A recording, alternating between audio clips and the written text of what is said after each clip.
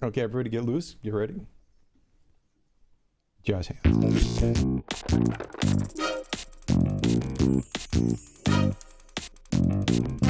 Good time zone internet. Hello and welcome to Design Club Live, the only game design talk show on the internet that has an unusual number of guests this week. I am your humble Design Club host, Will, joined as always by my pal, Geoff. Say hi to the people, Geoff. Hi to the people, Geoff. Hey, everybody, I am Geoffrey Zatkin. I'm the studio director of Extra Credits and game designer in residence. Join my good friend Will on the East Coast. I'm coming in from the West Coast. And today we have two extra people. And I'm just going to point up and we'll get the first one. Hey, who are you? Hi, I'm John Downing. I am an attorney, a video game lawyer, also on the West Coast. I'm currently working at a small law firm here that serves primarily video game publishers and clients. But I've also had experience in-house at Electronic Arts. I'm also a lifelong gamer, as you might be able to tell by some stuff in my vicinity. So it's a pretty fun line of work that I've managed to luck my way into over the years here. Now off to my friend Joe. Hi, I'm Joe Newman. I work with John. Our law firm's called Ties Law. So I've been practicing and doing video game law for probably the better part of a decade. So I've been working, I actually started off at Electronic Arts. That's actually how John and I have met.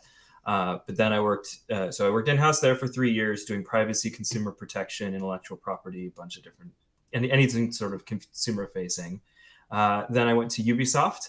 Was a privacy counsel for them, focusing on US and EU privacy. Then I went to private practice. I was at a law firm, Fenwick and West. That worked with a whole bunch of different gaming companies, clients. Everyone as big as from Amazon and Tencent to like tiny little indies. It was very cool. And now I'm at Ties, working with many of those same clients, other clients, doing just a variety of gaming related stuff. Like John, I'm a big lifelong gamer, also a musician. I do a bunch of video game music covers and all sorts of nerdy stuff. So which are pretty amazing. We played a couple of them on the Extra Credits channel before. They're the licensable ones. Yes. Which we were careful about. I asked you about that. I know. I got too much at stake for you guys to get in trouble. Yeah. So if the names appear familiar, you may note that John and Joe have helped consult for several video game law related episodes of the animated Extra Credit series in the past. Actually, I've been the primary authors for, not just consult. Oh, yeah. Okay, cool. Mm-hmm. Great. I don't get to see much of the behind the scenes there. I'm in the Twitch box, and the YouTube box is like, we're slowly merging the boxes, but they're a little separate, so I don't always see all the writing. But right now, we got lots of boxes. That's correct. We do have extra boxes on screen. Mm-hmm. That's the new name of the show, is Extra Boxes. Extra Boxes. There we go. Before we get Oh, do it. Okay. Okay. Before we get too off track, there is an important thing that we have to do because we have lawyer type people on, and we need to clarify the nature of our conversation for the next hour or so. So, gents, you are far better at this than I could ever be. Please do your normal disclaimer. Yeah. So we'll just run through it really quick. So we're going to be talking about legal topics. We're not going to be talking about any specific, we're not going to talk about our clients or potential clients or whatever. We're going to keep things fairly general. Although we will be talking about legal topics, so this is not legal advice. We have to say that this is, we're not your lawyers. If you want us to be your lawyers, reach out. Mm-hmm. We're not your lawyers, but we're going to talk about the law stuff. And cool. If you have legal questions, don't rely on Twitch. Talk to a lawyer and IRL. Wait, nothing said it was confidential or anything like that. So. Yeah, don't rely on YouTube either. YouTube is an interesting place to learn fun facts about the law and become interested in the law, and not a good place to study law. Yeah, that was a hashtag not legal advice on trying to throw. Hashtag not legal like the WebMD of law over here. So yeah. Oh, that's awful. That's awful. I just have what's the legal MD version of WebMD's like jump immediately to it's definitely cancer or lupus. it's either one of those for WebMD. Like, what's the lawyer version of that? It's definitely, I don't know, a lawsuit, a tort. It's definitely not a tort, but I like the word tort because it sounds like a tortoise practicing law, and that just makes me smile on the inside. So, but CompSci Jedi, it's never RICO. Until it is. But that's for a different day of the week here on the Extra Credits Twitch channel when we do talk about politics. And actually, we're stealing that one because that's Devin Legal Eagles thing. It's like, it's never RICO until he finally did an episode where it's like, okay, this one's actually RICO. Now it's really RICO. Okay, so today we thought we would talk a little bit about EULAs. EULAs have been much in the news recently. We thought we'd talk a little bit about EULAs and UGC and what the law says about all of those things. Hey, wait, Will, Yes. we just threw a whole bunch of acronyms out. What's a EULA? That's a really great question. Joe, John, could you please define and in brief sum up what a EULA does for a game? Sure. So a EULA is an end user license agreement. It is basically a contract that the publisher or provider of a game or any sort of other software establishes with the user of that software. So if you play a game or get Photoshop or something like that, you have to agree to a EULA. They are usually non-negotiable. They are enforceable and are sort of like a gateway to access this software legally. It's that thing you click through. Yeah, before exactly. You start no one every ever time reads. and never read it. Right. That we spend a lot of time writing that no one ever reads. Right. Yeah, absolutely. And it used to be, I may be misremembering this. Some of us who are older fogies and remember when stuff came on discs, right? Because stuff doesn't come on discs anymore. There was like that paper seal that came on some like discs for higher end software that was also like a EULA that you had to agree to even open the disc. It wasn't even like insert and run. It was, if you like break this paper seal, Break this seal. Yeah. All right, break the seal, unleash Armageddon, or sign this EULA. 50-50, one or the other. And EULAs really can be written to say anything, which is what we're going to get to a little bit here. Like my very first commercial game, EverQuest, because the lawyers were so nervous about selling a game with an online component, the EULA, if you boiled it down, basically said you're getting a box. Like it made no other claims after that, if you parsed everything down to what it said, you're going to get a box that has a game disc inside. Like that was pretty much what the EULA summed up as what you actually got out of the agreement for getting the software. And I once worked for a group that actually so thought nobody would ever read it that they hid, I think it was a year of free service in their EULA for the first, like if anybody called in and said, I read this and I can get a free thing. And nobody called in for the first 2.5 years.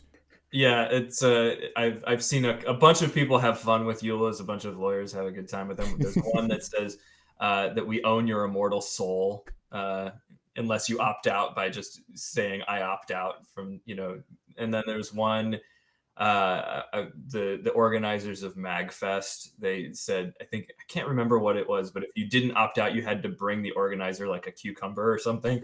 It was just something like very silly, but like, yeah, I mean, the joke is that nobody reads them. And other than, when a dispute comes up and then you read them very, very carefully. Right. Just responding to looks like Grass Vortex mentioned Baldur's Gate 3's EULA, which, it includes a note that prohibits you from making pacts with any sort of like fiendish or eldritch or fey being in addition to the EULA. And that's which how I know lost the specifically does not include any celestial, elemental, or otherwise extraplanar being. Just noting that. Right, because extraplanar law is something you're definitely not qualified to speak on. Consult with the Fraternity of Order for that, please. Yeah. But so to summarize, the EULA is the end user license agreement that the software between whoever made the software and you, and this is especially notable for things that you play or use for long periods of time. Right. Now, importantly, lots of software, in fact, gents, would it be fair to say that most, if not all, software has some kind of EULA, some associated with it in some way? Right? Yeah, there's always some sort of license agreement because otherwise, It could be a EULA, it could be called a terms of service or a terms of use, but there is almost always going to be something papering that agreement. Okay, so because that applies to all software, that's way too much. So we're going to chunk out a bunch of other things that are like games, but are not games. So today we're not talking about Photoshop or any of the sort of that class of tool, right? We're not talking. And this is important because the other term we didn't define, which was UGC, user-generated content, is we're going to be talking about games that allow you to build things within them, which is kind of like a tool. Yes. And so rather than discuss every possibility of that, Will is wisely narrowing our decision down to a smaller subsection. Right. So carry on, sir. So we're not talking about tools. We're not talking about a bunch of the more Geoff, you said words and now my train of thought's gone. But we're not talking about tools. We're talking about games specifically, and specifically games that let you make stuff. Now, there are a variety of games like that. So many of those games and many non-law people, lay people, refer to the things that we make in those as UGC. But that actually has a very specific meaning.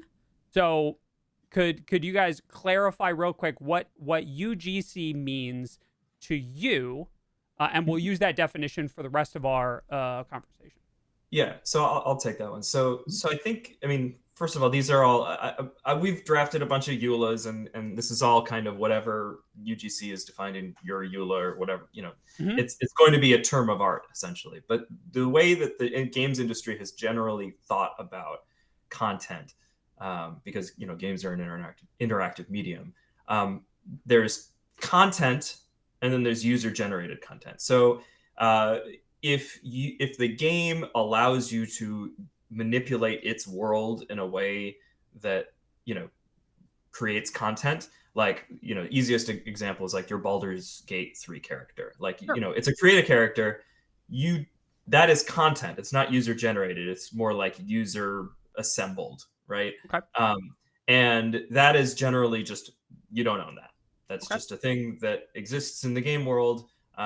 And there's no sort of expectation of who's going to own it. There's no need for the company to even get a license to it. Yeah. So just because I've spec'd a character a certain way and reclassed them and leveled up and gotten certain kinds of gear and strength, and my character is functionally unique compared to every other build of that character in the game, it still isn't user generated. That's just me playing the game and using the content that they have provided for us. Exactly. Correct. And then the distinction when we talk about user-generated content is there are a lot of games now that allow you to take stuff that was created from outside the game and put it in the game. So, you know, think about a photo of yourself that you use as your profile picture, or, you know, forum posts, or, you know, code that you write outside of the game and then use it for a mod or something like that. So because you created it outside of the game environment, the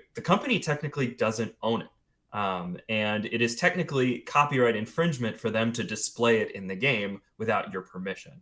So basically every decently written EULA contains a license. So that says, by uploading stuff into our game world that you created, you basically agree not to sue us about that, right? We get a license to, you know, use, modify, change the size of, maybe, you know, alter the colors, or even if we have to, you know, blur stuff out, or, you know, whatever we need to do in order to operate our service. And it's not that we are going to own it, it's that we have a license, like permission from you to use it as needed to run our game. So if I have a set of building blocks, and that set of building blocks is the game, anything I can make out of those building blocks is content, because I haven't brought new tools into the space to make the space significantly different, transformative of the tool set. Even if I can assemble all of these blocks in a way that's never been assembled before, I don't have any particular ownership over that concept. It's when I add something new, I make a new building block that's unique that I add to the space, and that when I add it to the space, there is almost always additional agreements that are in place to accommodate me adding a new building block, especially to an online space. Is that a good summation? Yeah, and again, I think we're being a little reductive. Like there are examples of Sure. game companies that create their own tools and then explicitly say the things that you create using our tools were more like a Photoshop and that you can own them. But I'm the general, way that the games industry has approached this is if you're just using our tools to make content, then it's not user generated. So let me ask a couple of questions here, because this is actually something that I think most people who play and interact games would have had a different view on. So for example, if I go to the Warcraft or the StarCraft level editor and I go and I make a mod I go make my own levels in there, or I go make a version of tower defense by using their, you can do light programming inside the engine, etc. Or hell, I go make something and I call it Defense of the Ancients. But all of it is using the Warcraft engine, the Warcraft stuff. I have not uploaded anything in. It's all built from building blocks in the game. That is not considered user-generated content. That is just content, because I am not uploading anything new into the game. I'm using the existing game itself to make a new thing. I think if we're talking about like something like Dota, for example, there's like the modification of the code itself and operating how the game works. So that would probably be more, in my mind at least, in the realm of a derivative work rather than content or UGC specifically. And can we go ahead and do a quick summation of the notion of derivative work? Because when we talk about derivative works in the game space, it's often pejoratively. It's like, oh, this is so derivative. It's derivative, yeah. Right, yeah, right. Yeah, sure. So legally speaking, when we're talking copyright, copyright, of course, is the statutory protections for creative expression in works.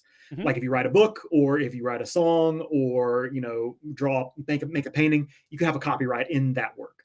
That also applies to code and games and such. Copyright comes with what's known as a bundle of rights, which includes things like to make copies of it and distribute them, but also to create derivative works of that work.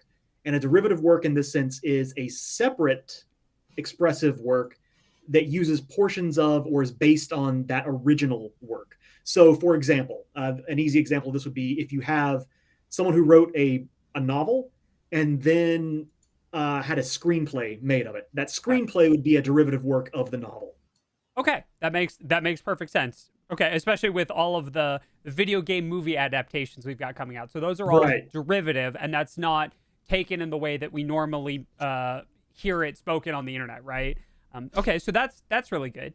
So actually, let me just tail off mine then real quick. So basically, you can use something in the game to make a new thing, but it has to be a fairly extreme case.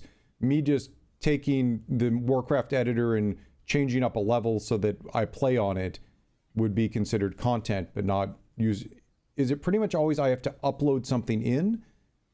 This is the distinction that game companies make in their EULAs. It's not, I mean, it is always going to be dependent on what the contract says, right? Because there are some game companies that are okay with you using, their level editors and then distributing the levels outside of the game or doing stuff like that.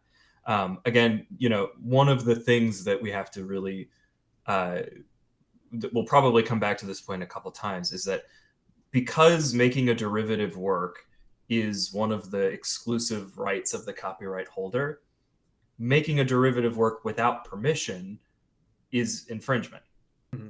And not only is it infringement, but under the US copyright law system, it is not actually subject to copyright protection itself.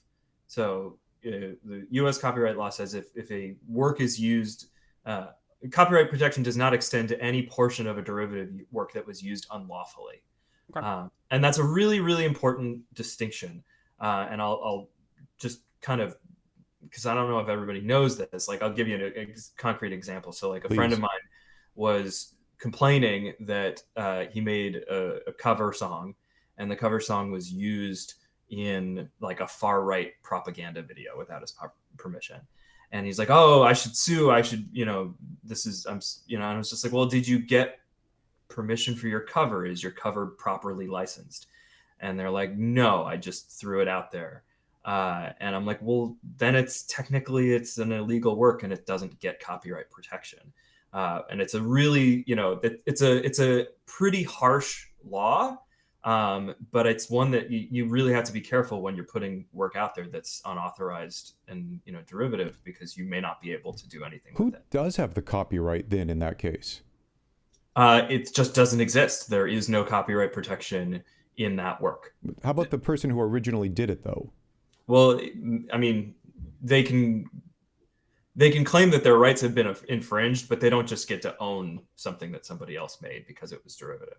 So in that case, in that concrete example, your friend has no rights because they didn't get permission, and the original composer of that cover doesn't automatically get rights to your friend's cover either. It's sort of right, but they could still go. I mean, the original rights holder could go after the far right propaganda video, because it's still, the far right has still infringed its rights by posting a derivative copy of their original work. Okay, but so you could theoretically run it. An individual who had created an unlicensed work and felt as though it was being misused could then sort of go back to the original rights holder and say, hey, I did it bad, but not as bad as these other people did. You should know about this thing that's using what you have copyright to. Sure. But that's the only real style of remedy that's available under the current copyright system. Yeah, and it doesn't really get you anything. It doesn't get you money. You're sicking the original guy, Sure. Yeah, which is something. I mean, a lot of IP rights holders are happy to learn that there's, our work is being misused in this way. But you're also kind of putting yourself on the radar. Yeah. Sure. The fact that you also are one of them.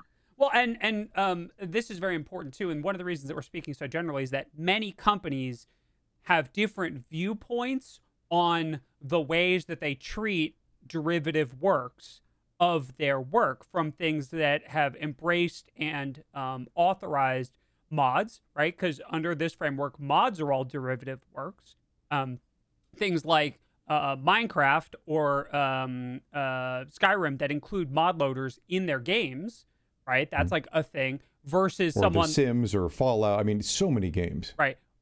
Versus something like on the other extreme end, Nintendo's long-term no mods, no nothing, it's ours, no derivative works viewpoint. And that's not to say anything about any of those, just to mention that there's a wide spectrum of ways that a company can choose to behave towards derivative works, and those rights, that's the company's choice, and they get to make that depending on what their legal strategy is for defending their own copyright.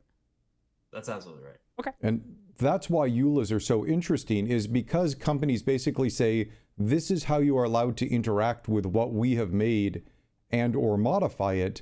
And because each EULA is a little bit different, there isn't like one industry standard. It's like every video game uses this one. It, in some cases, can be very unclear to somebody interacting with the game who isn't good at parsing a EULA on what, if any, rights they have for the things that they create in and around the game. Yeah, absolutely. So one of the interesting phenomena, I guess, is that games get updated. We are playing games right now that have been around for more than a decade. Games like Minecraft. And it turns out that the EULA that they wrote at the beginning of Minecraft, when it was a beta game with like 4 developers in a basement in Sweden, guess what? Isn't good enough anymore.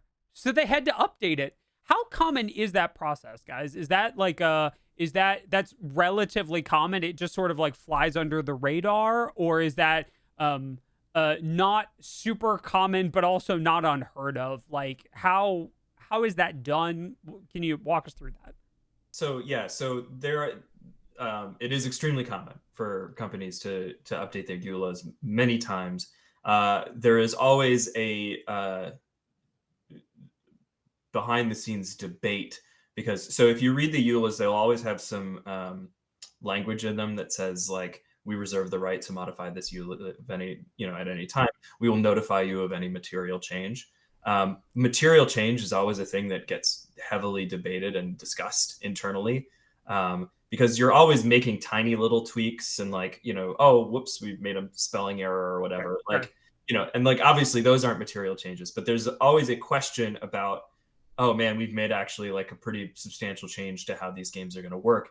And notifying every player that you have is extremely difficult and expensive and invites a lot of scrutiny. So there's always a question of, well, is this a material change or not? And in the Minecraft case that you're talking about, that was a material change. So they said, we're changing the rules for how you can do, I think it was monetized servers or whatever. Mm-hmm. And they specifically said from now on, all servers have to be appropriate for all ages. Yeah.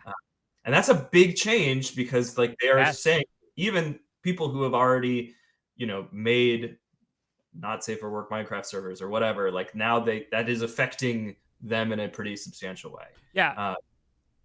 So it kind of gets a lot more attention because it does change the rules for people who've already. Will and I both have questions, I can tell. Right. Yeah. So I want to ask a quick clarifying technical question, and then we can get into like the bigger questions about that. So my quick question is, you said that notifying all players of a game is expensive, but can't I just slap a big old pop-up on the home screen of the game the next time it phones home and call that good?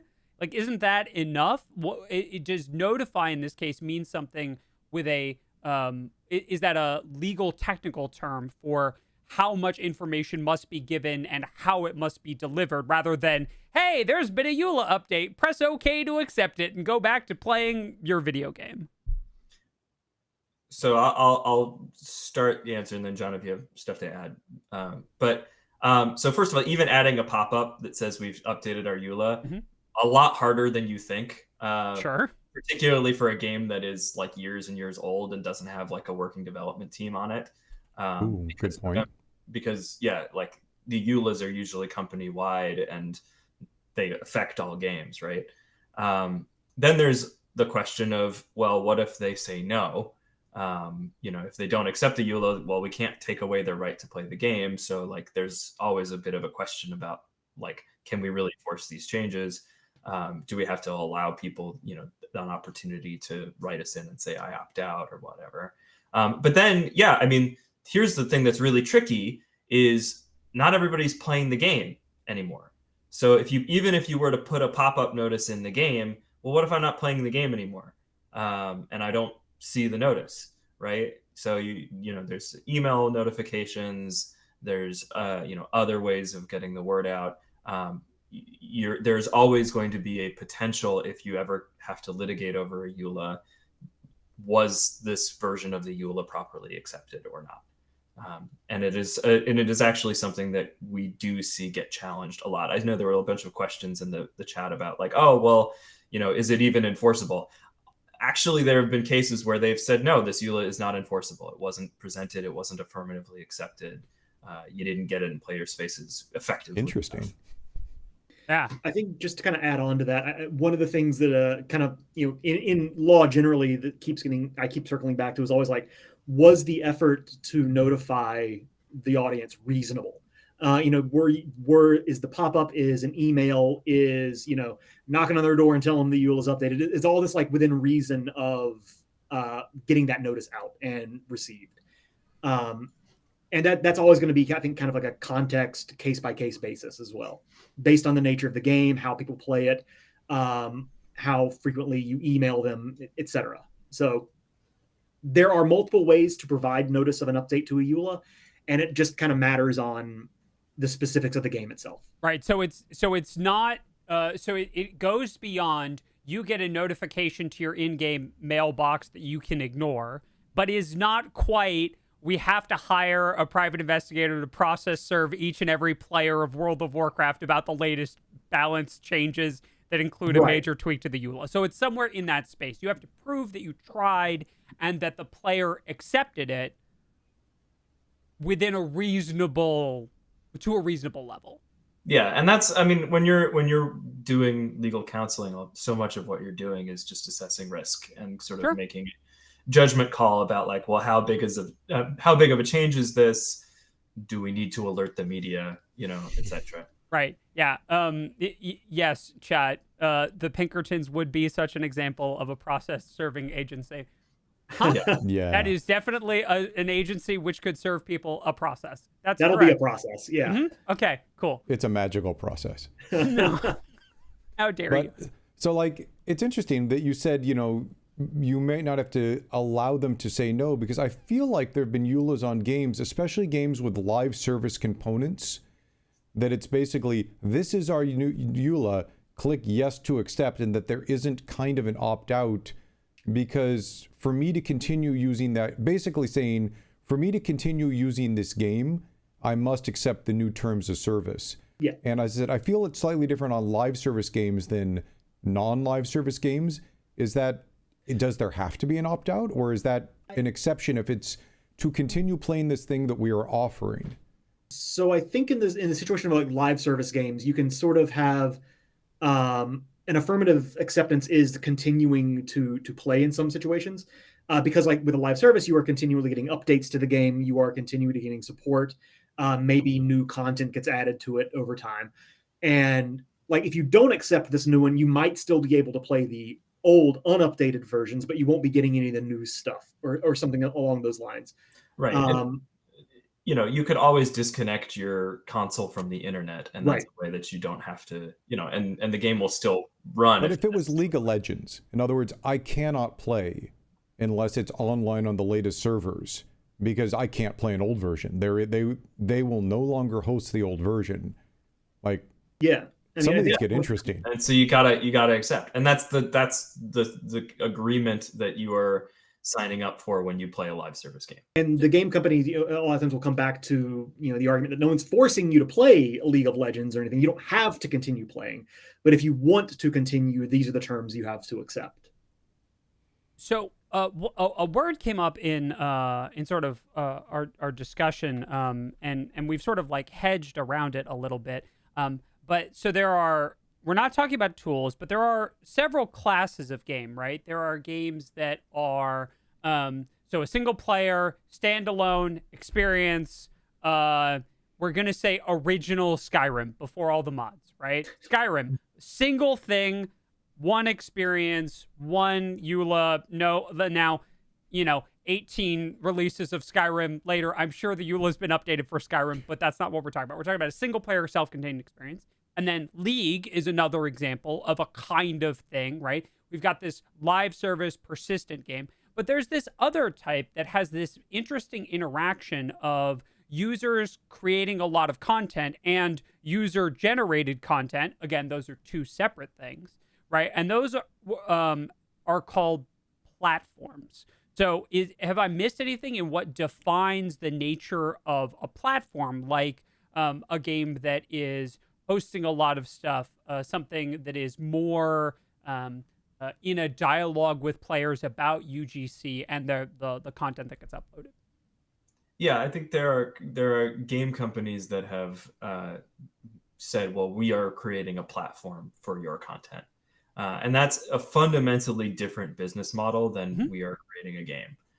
And it comes actually, and part of the reason why it's a difficult business model and one that requires a whole different set of legal resources and, practical resources is that different laws apply when you're running a platform.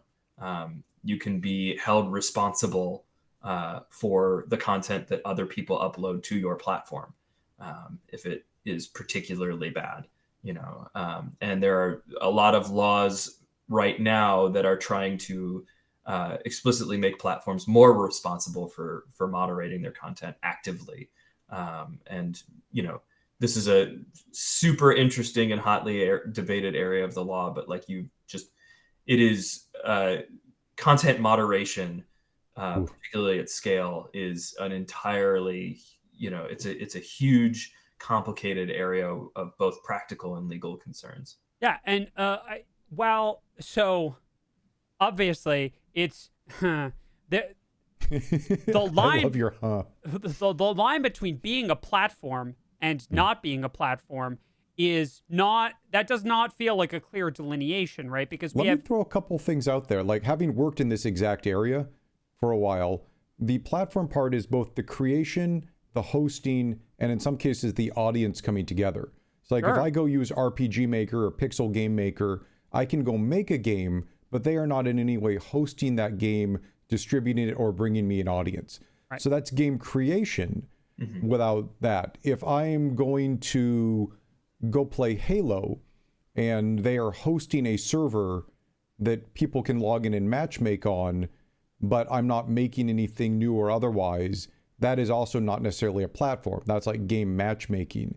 But it's kind of that sweet spot of, here's a thing, you can make things within it, players on the platform, because that includes the login and the credentials and everything else, can come play the thing you've created, possibly monetize off of that. The monetization isn't actually part of the platform aspect, but it is the hosting the content within the same place that the audience also has the login credentials and can be brought together. Would be a good part of my definition of the platform, usually with some sort of communication method if there's also games, which then brings up the whole policing of not just the content, but of the users interacting with the content. Right, and this goes back to the whole push for in our example that Minecraft says that all Minecraft servers have to be family friendly, right? Which we can't know for certain, but seems reasonable to suggest that that's in some way related to this push for platform responsibility, because Minecraft meets many of the definitions of what Geoff is saying as a platform, though not all of them, which is why I think it's a little fuzzy. I guess here's my question.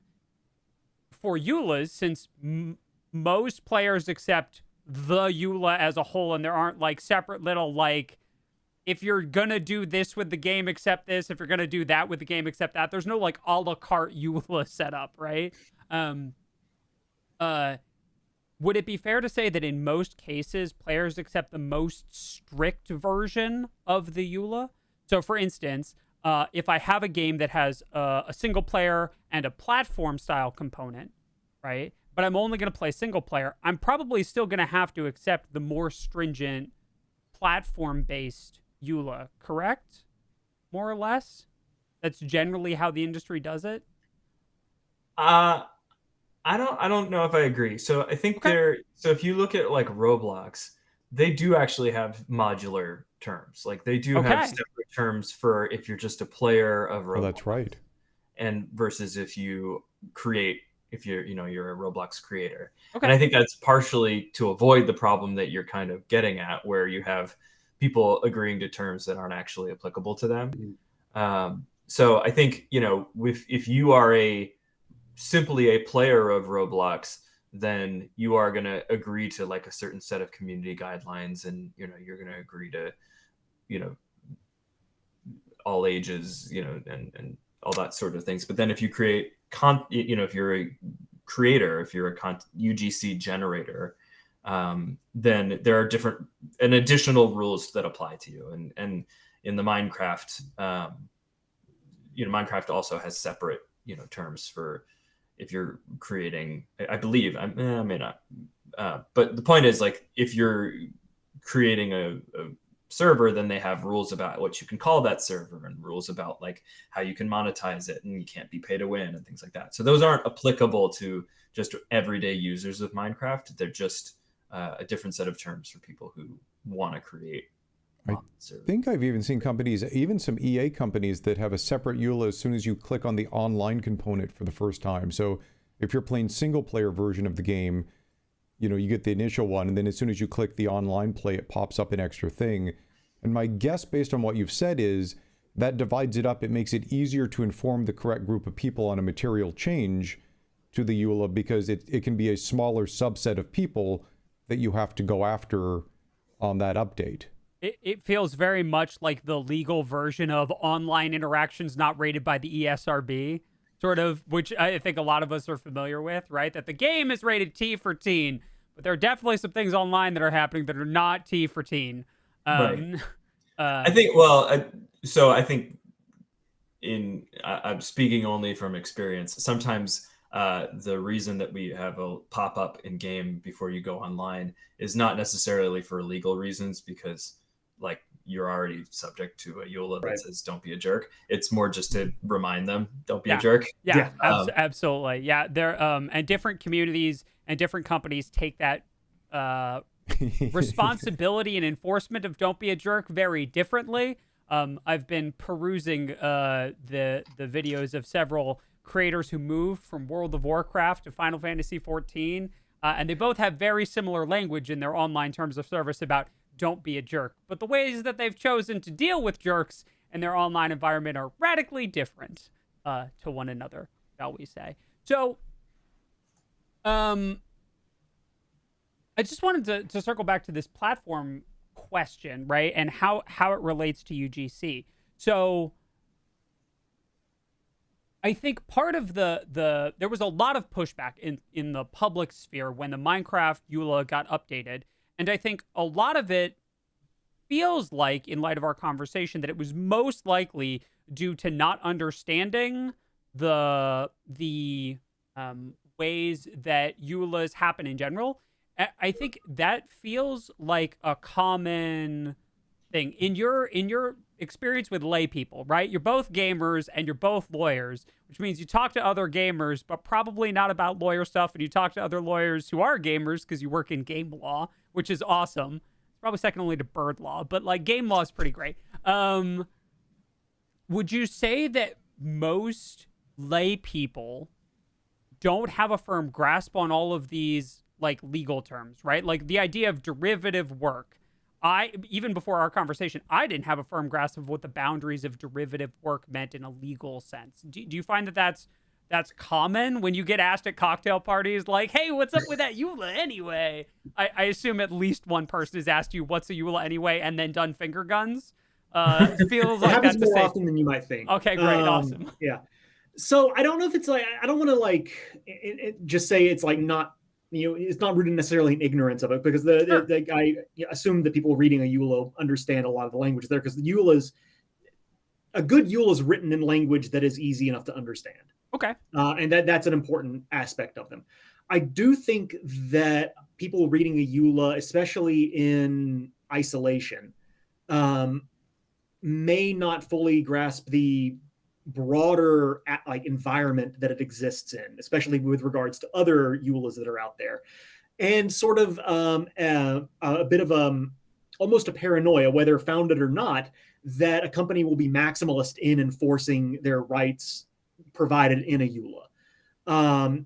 It's also like impossible to account for every single like fringe possibility that a EULA may or may not account for, like like Geoff talking about, the example of recoding and using assets and stuff like that's a different animal altogether than like UGC or content that may not be accounted for in a EULA.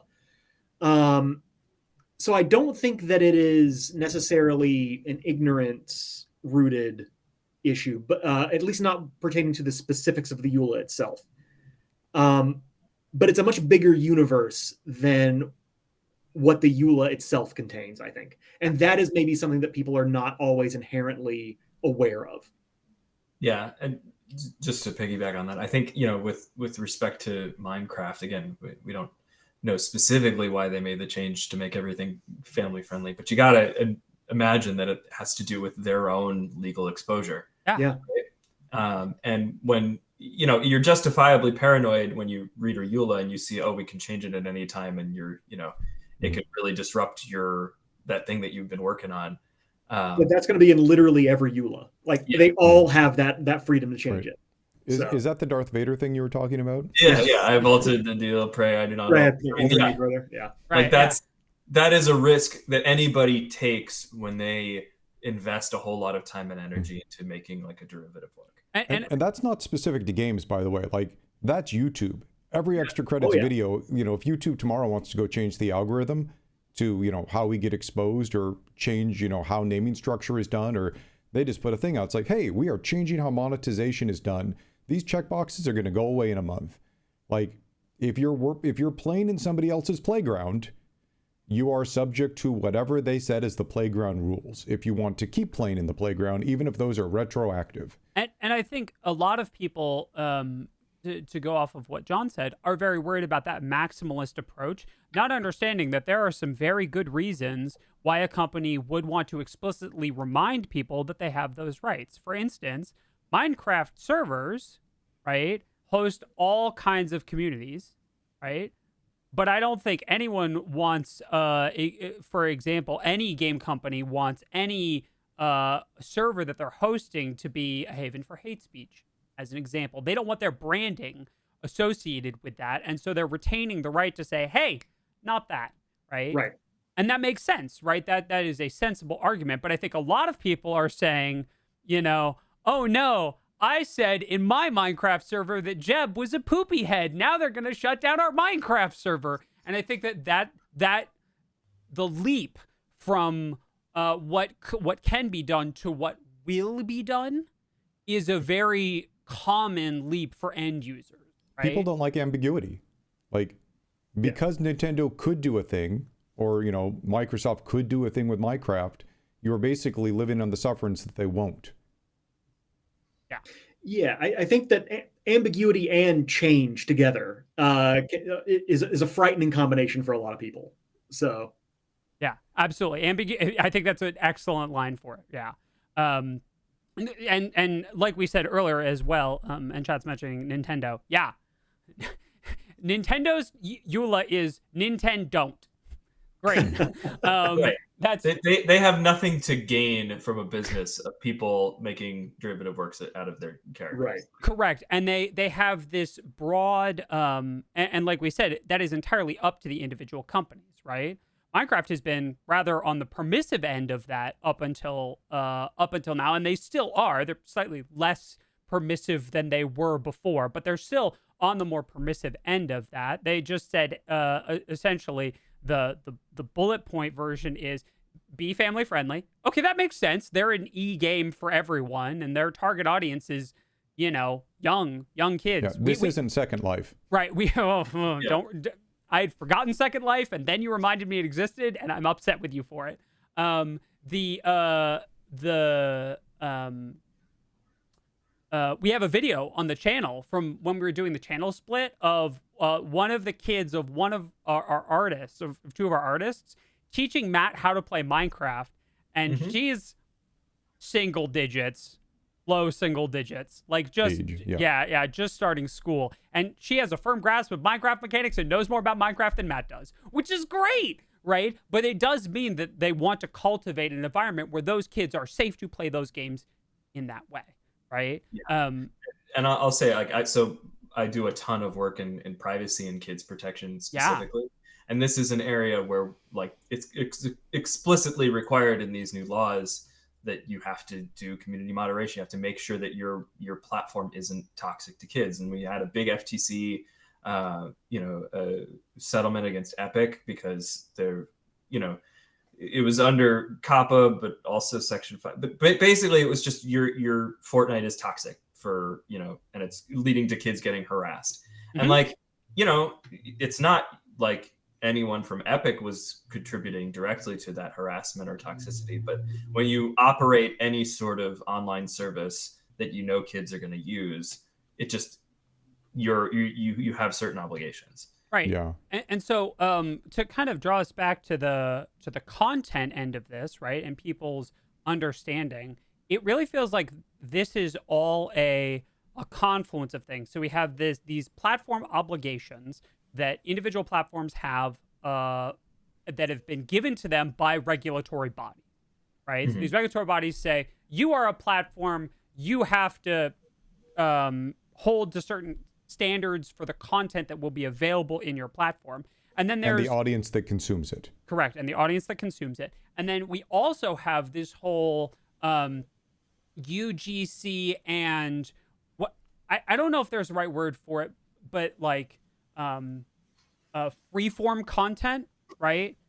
And people's perceptions that that is theirs, that is a thing over which they want to have control. And it feels like those two things sort of arrive at this misunderstanding of why platforms in general want to control the content that arrives at it, like what John said, right? That there's some synthesis of obligation and users wanting to be users that ends in this place of they're gonna take my OC, and I even said please don't steal on it, in the name And of... you're talking about two of the hardest things in the world. We need to keep a thing safe and policed. We allow people to make almost anything they want. Yeah. And then they mesh. And that's where the company gets into trouble and has to write a strong EULA to try and figure out how they defend themselves against basically mutually contradictory things, allowing users free expression and creation while also bringing an audience on and moderating what that audience sees. Right.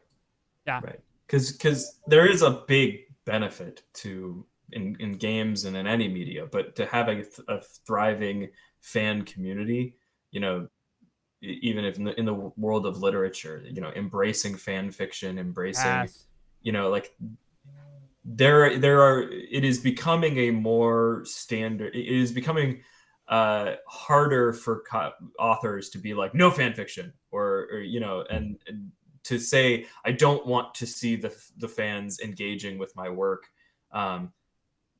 But at the same time, obviously nobody wants their work mangled. Right. Yeah. And there is a bit of a copyright side to that as well in certain aspects of like character copyrightability, but that's a whole other question. So. Yeah. Right. We have many of you in chat, and we call them Janet, the YouTube comments. Here on Twitch, that's Brad. Over on YouTube, that's Janet. Don't worry about it. It makes sense. Little time warp over here. Exactly. A little Again, bit of a rocky road. That's astounding. You may have noticed that we intentionally avoided some avenues in this conversation, and that is because that looks like a little side alley detour, and then you get past the initial part of the side alley, and then you realize that you're in like the whole sewer undercity of New York in like this giant, very deep, nuanced discussion that we have neither the time nor space, nor, frankly, two of us, the expertise to engage in the legal mores of all of the copyright edge cases and the words. I'm going to say the words, and then we're not going to talk about them. Fair use. We're not getting into that discussion, right? Yeah, they shivered. Perhaps in a future extra credits episode. Maybe another day. Maybe indeed. Speaking of which, if you happen to be watching this, say, about a month in the future, right, there's a very excellent episode written by, hold on, can I point the right way? These two those guys. Those, yeah, see, I did it. Those guys. That will be on the channel. So yeah. I heartily recommend. We actually have a YouTube playlist, I believe, called Video Games and the Law. Yeah. That is a collection of every episode where we talk about legal issues. That is fascinating if you love this kind of stuff. Yeah, absolutely. Gents, do you feel like we've left anything out of our discussion? Is there anything that you really felt like elucidated this whole question of UGC ownership and platform responsibility that I have neglected to touch on in the traffic of our conversation? At the level we can do in a 45-minute talk show. I think we're good. Yeah. All right, excellent. No, yeah.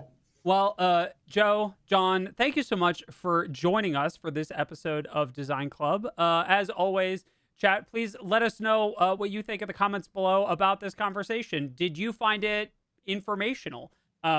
Did you have certain preconceptions, as I did, going into our conversation about the rights and responsibilities for user-generated content, or just making content like your Minecraft world, that maybe this conversation helped clear up? If you do, leave them below and we'll take a look at them later. And in the description, by the way, we'll throw a link over to where these two work up here in case you happen to have some expertise. We have worked with them in the past. They are excellent. That was an unsolicited endorsement from them. These are good people, and they know their games and their law. Yeah, they really do. And as always, thanks, gents. It's been an absolute blast having you. Yeah. So from all of us here at EC Design Club, we'll catch you all next time. Bye, everybody.